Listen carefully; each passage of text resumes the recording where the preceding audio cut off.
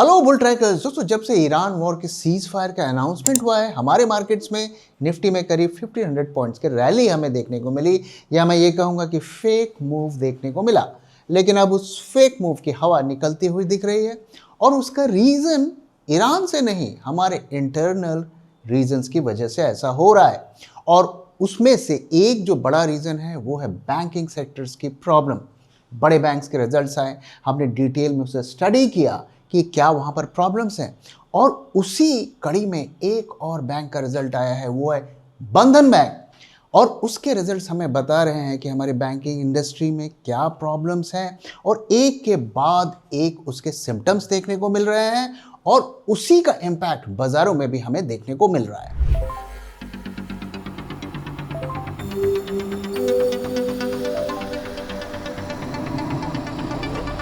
जब मार्केट की हो बात, बेटर आस्क बुल ट्रैक। तो दोस्तों, आज फोर्थ कंसेक्यूटिव डे है जब मार्केट पे हमें फॉल देखने को मिला और निफ्टी करीब 150 पॉइंट्स डाउन रहा। थोड़ी बहुत रिकवरी भी हमें लास्ट आवर्स में देखने को मिली। इसकी क्या वजह है? और पिछले 4 दिनों से अगर आप देखें, मार्केट्स लगातार बेयरिश प्रेशर में दिख रहे हैं। तो आज निफ्टी करीब 126 पॉइंट्स डाउन रहा, और उसका एक मेजर कंट्रीब्यूटर रहा बंधन बैंक। इसकी वजह से सेंटिमेंट्स डैम्प रहे, क्योंकि ये बैंकिंग सेक्टर की प्रॉब्लम को एक तरीके से दोबारा कंफर्म कर रहा है।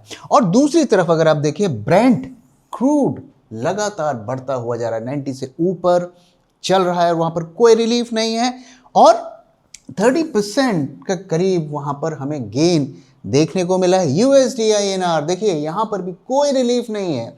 इतने कदम हम उठा रहे हैं डॉलर को मैनेज करने के लिए, बैंकों को तरह तरीके के हमने चेंजेस किए, लिक्विडिटी को मैनेज किया, RBI ने रुपीज़ को डिफेंड करने की कोशिश की, लेकिन कोई यहाँ पर जो है मेजर इम्प्रूवमेंट होता हुआ नहीं दिख रहा है। ऐसा लग रहा है कि सेंचुरी जल्दी ही हम देख पाएंगे।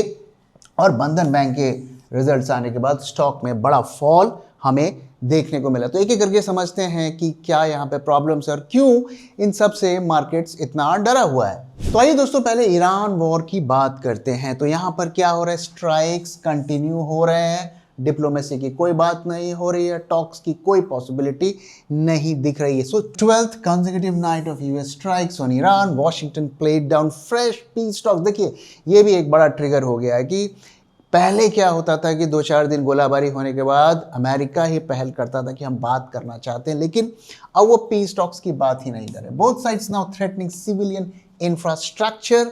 और जो गौर करने वाली बात है कि यूएस के जो हाउस हैं, उन्होंने $95 बिलियन का वॉर फंडिंग पैकेज को पास किया है, यानी कि लड़ाई करने के वो मूड में आ गए हैं। हॉर्मुज इज द फाइट, और हॉर्मुज अभी भी एक बड़ा ब्लॉक बना हुआ है। Iran wants control of the straight and transit fees. तो ईरान कह रहा है कोई भी शिप जाएगा हमें फीस देनी पड़ेगी। और मार्को रूबियो कहते हैं, want Asian leaders to demand would set a dangerous president, commercial traffic hit a 3-week low Tuesday. Almost zero traffic वहां से जा रहा है, 4-5 वेसल्स वहाँ से गुजर रहे हैं, जबकि प्री वॉर एरा में 120 से 130 तक जाते थे। ये भी फैक्टर काम कर रहा है।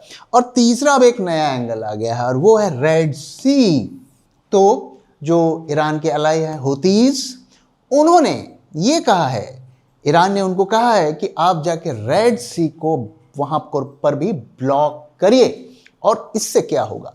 इससे कई तरीके की वहाँ पे प्रॉब्लम शुरू होंगी। ये ऑयल की सप्लाई को तो ज़्यादा इम्पैक्ट नहीं करेगा, लेकिन वहाँ के साथ जो वेसल्स जाते हैं, अब उन्हें लंबा रूट लेना पड़ेगा।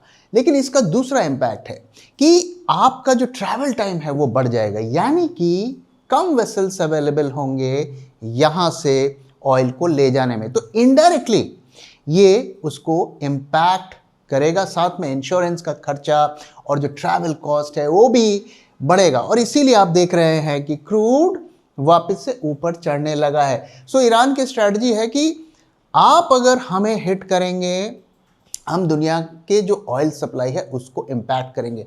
हम ही क्यों इस वॉर का मार झेलें, आपको भी झेलना पड़ेगा। यही ईरान की स्ट्रैटेजी है। Houthis claimed attacks on 2 oil tankers in the Red Sea, opening जो रेड सी का जो चोक पॉइंट है अलॉन्ग साइड हॉर्मूज। तो पहले हॉर्मूज मुद्दा बना हुआ था, अब रेड सी भी बन गया है।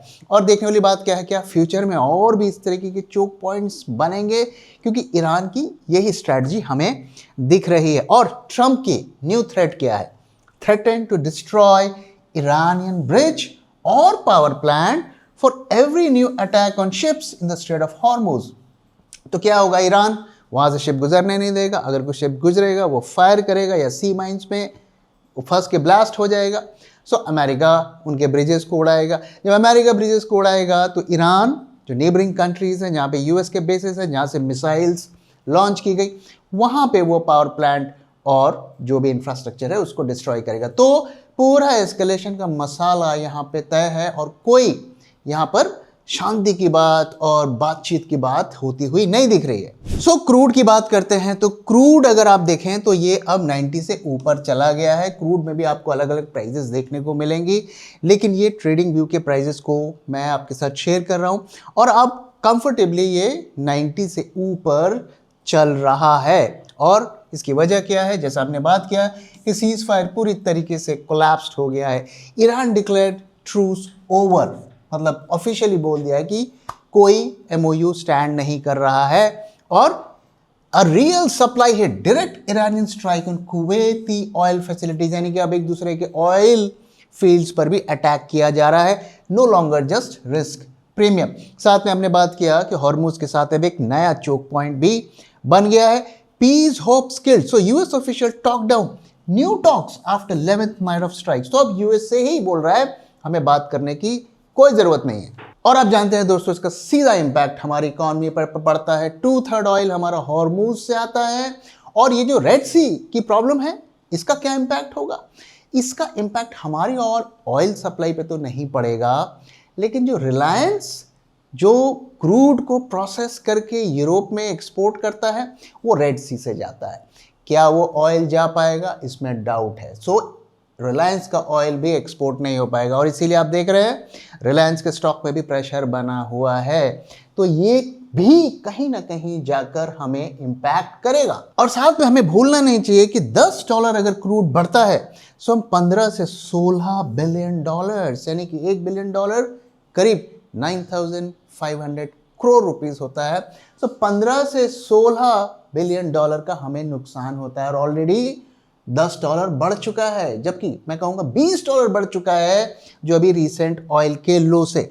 सो ये इम्पैक्ट कर रहा है और इसी का इम्पैक्ट बाजारों में भी हमें देखने को मिल रहा है और करेंसी में भी इसी का इम्पैक्ट देखने को मिल रहा है। स्टॉक मार्केट में सबसे बड़ा कंफ्यूजन क्या है, कौन सा स्टॉक बाय करना है या सेल करना है और किस प्राइस पर करना है।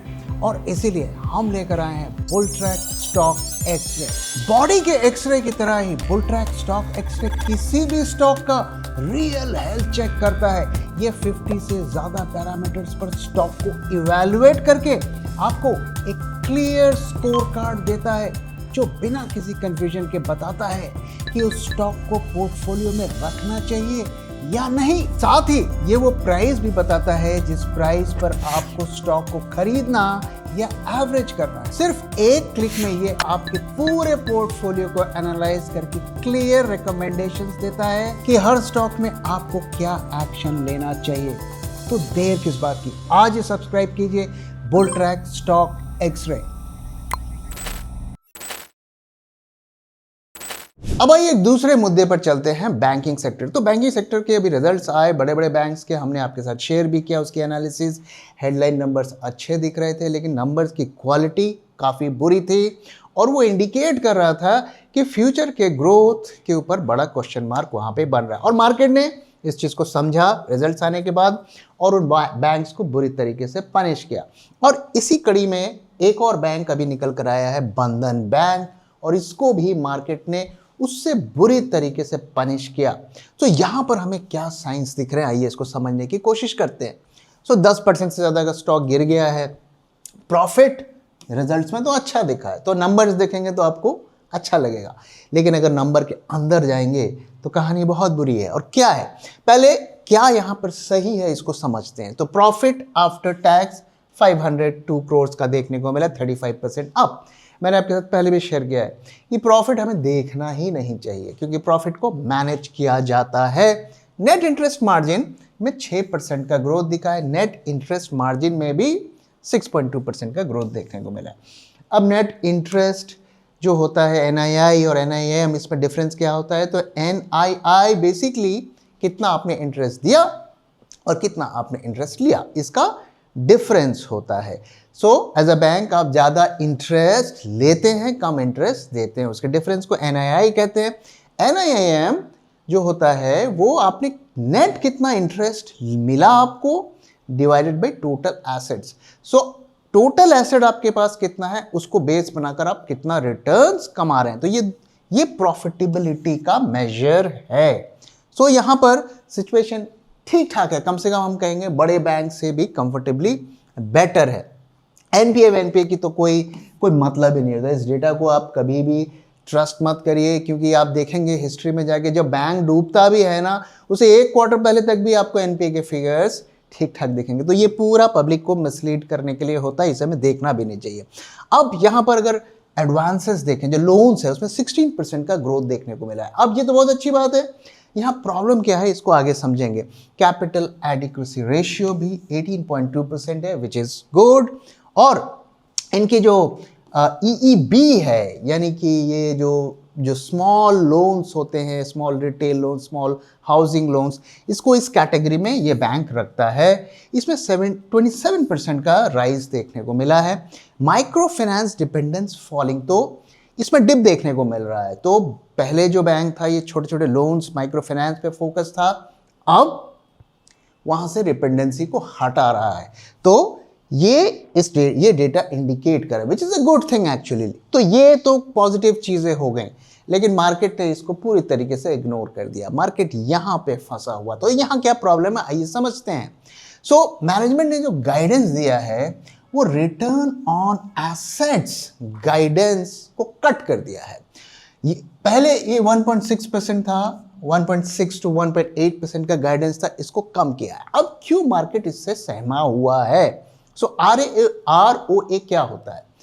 आपके पास जितने भी एसेट्स हैं उस पर आप कितना इनकम कमा रहे हैं, ये आपके मैनेजमेंट की क्वालिटी, आपकी एफिशिएंसी, आपकी का जो बिजनेस है उसके स्ट्रेंथ को इंडिकेट करता है। तो ये बड़े बड़े इन्वेस्टर्स जो होते हैं इसे ट्रैक करते हैं, रिटेल वाले इसे ट्रैक नहीं करते हैं। रिटेल वाले SMA 100, SMA 200 और इस तरीके के पैरामीटर्स ट्रैक करते हैं, जो कि इंस्टीट्यूशंस नहीं करते हैं। शॉर्ट टर्म में ये सब काम करते हैं, लेकिन जो बड़े इन्वेस्टर्स लॉन्ग टर्म के लिए इन पैरामीटर्स को ट्रैक करते हैं। और देखिए थोड़ा सा कट हुआ है, लेकिन ये कितना बड़ा डेंट इसने स्टॉक प्राइस को लगाया। और मैनेजमेंट ने कहा कि इसकी ऐसा क्यों हो रहा है?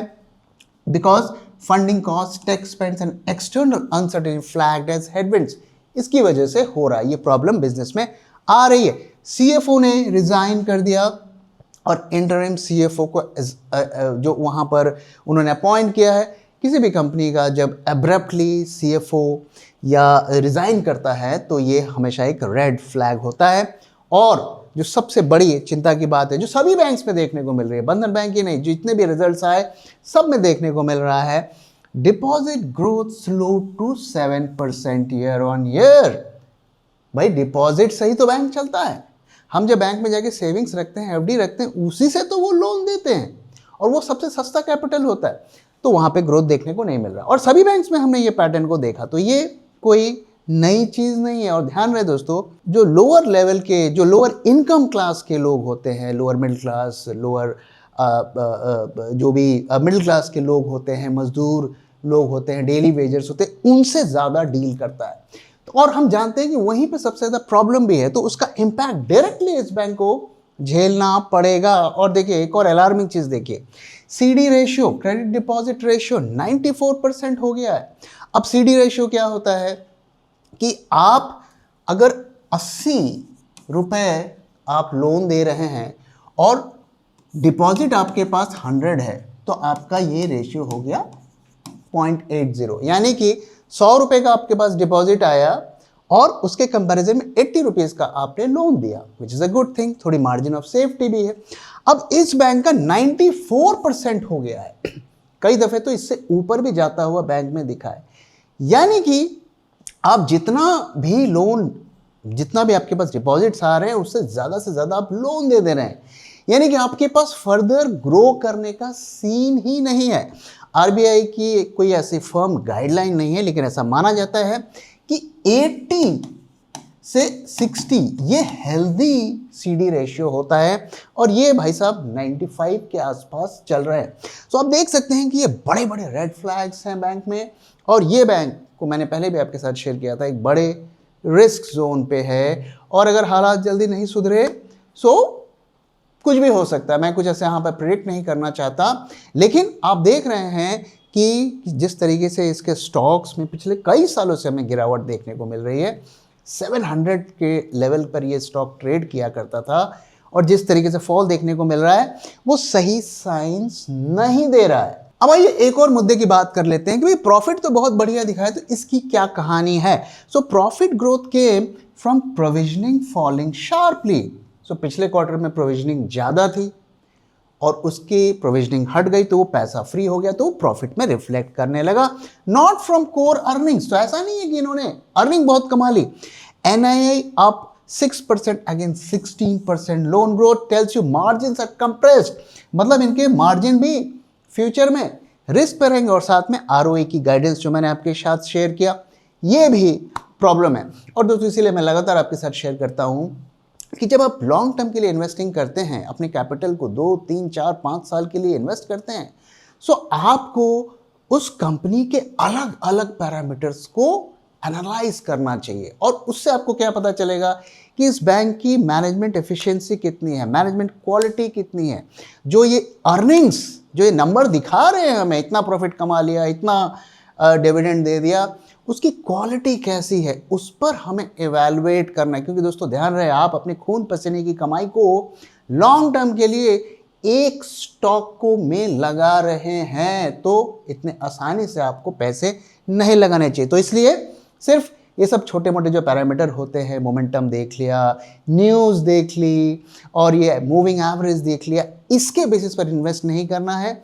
हमें उस स्टॉक के अलग अलग पैरामीटर्स को एनालाइज करके ही अपने पैसे वहां पर लगाने हैं। अब आइए दोस्तों आज के मार्केट की तरफ चलते हैं और देखते हैं कि यहाँ से हमें क्या क्लूज मिल रहे हैं। तो देखिए पिछले 4 दिनों से मार्केट्स लगातार गिर रहे हैं, बीच में थोड़ा यहाँ पर मार्केट वालों ने गेम कर दिया फ्राइडे के दिन, तो 6-7 दिनों से मार्केट्स प्रेशर में हैं, और आज हमने सेकेंड डे है जब 24,000 से हम नीचे आ गए। कल इसने बैरली उसे ब्रेक डाउन दिया था, लेकिन आज कन्विंसिंगली ब्रेक भी कर दिया। अगर आप वोलेटिलिटी की पिक्चर देखें तो विक्स बड़ा है, और कॉल आईवी और पुट आईवी में भी राइज है। पुट आईवी में थोड़ा ड्रॉप हुआ है, सो ये थोड़ी सी राहत दे रहा है। पुट कॉल रेशियो को अगर आप देखिए तो ये लगातार जो इसका टॉप होता है 1.4, वहाँ से लगातार ये गिरता हुआ दिख रहा है। अभी भी थोड़ा बहुत गिरने का स्कोप है, लेकिन अब सीन बन रहा है कि छोटा मोटा एक टेक्निकल बाउंस हमें देखने को मिल सकता है। लेकिन जो सबसे स्कैरी चीज़ है वो ये है कि अभी तो इस महीने की सीरीज़ ख़त्म भी नहीं हुई, लेकिन अगर फ्यूचर्स मार्केट में आप देखें so already positions next month में जानी शुरू हो गई हैं। आप देखिए 48,000 कॉन्ट्रैक्ट्स नेक्स्ट मंथ यानी कि अगस्त के लिए ऐड हुए। ये नॉर्मल नहीं है, नॉर्मली ये 1-2 दिन पहले ऐसा होता है, और पिछले 3 दिनों से भी इसमें ओआई ऐड हो रहा है। तो मार्केट गिर रहा है, इस महीने में भी शॉर्ट्स ऐड हो रहे हैं, नेक्स्ट मंथ में भी ऐड हो रहे हैं। तो ये बेसिकली बता रहा है कि बड़ा शॉर्ट बिल्डअप यहाँ पे हमें देखने को मिल रहा है।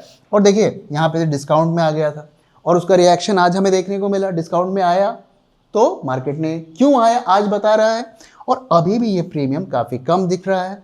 और अगस्त महीने में भी जहां ये 200 का प्रीमियम होना चाहिए 80 का चल रहा है। तो वंस अगेन इसमें कोई डाउट नहीं होना चाहिए कि बड़े स्केल पर शॉर्ट्स बनती हुई दिख रही हैं।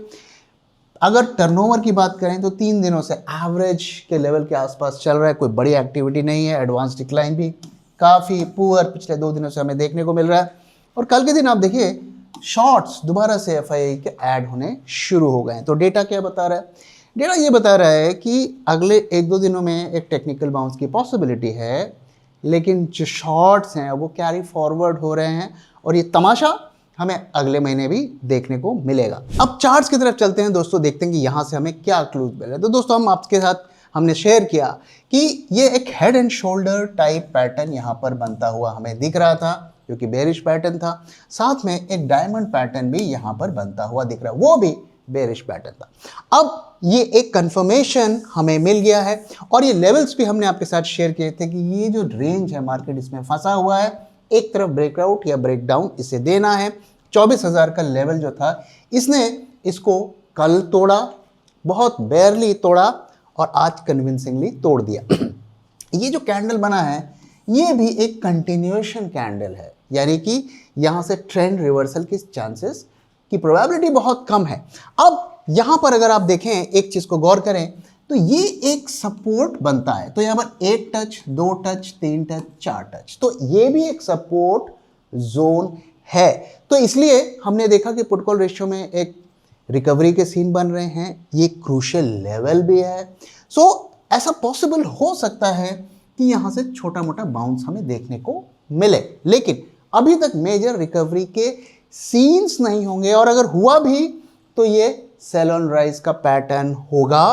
तो इसलिए इस लेवल पर थोड़ा सा हमें केयरफुल रहना है। अब अगर यहाँ पर हम स्टॉप लॉस की बात करें, अगर शॉर्ट साइड में स्टॉप लॉस कहाँ पे रखना चाहिए, सो एक आवरली चार्ट पे ये एक लेवल थोड़ा क्रूशियल 23,900 आवरली चार्ट पे ये स्टॉप लॉस रखा जा सकता है। 5-10 पॉइंट ऊपर नीचे आप कर सकते हैं। सो चूंकि ये क्रूशियल लेवल है और हमारा ये एक टेक्निकल बाउंस की पॉसिबिलिटी बनता जा रहा है, सो अगर आपको टाइट स्टॉप लॉस रखना है तो इस लेवल के आसपास रखें। लेकिन अगर ये कल भी इसके नीचे क्लोजर देता है तो आप मान के चलिए कि हम अब बेरिश ट्रेंड में पहुंच चुके हैं। सो थोड़ा सा ट्रिकी है, ट्रेड करना इतना आसान नहीं होगा क्योंकि ये मार्केट में गैप अप गैप डाउन की सिचुएशन रहती है।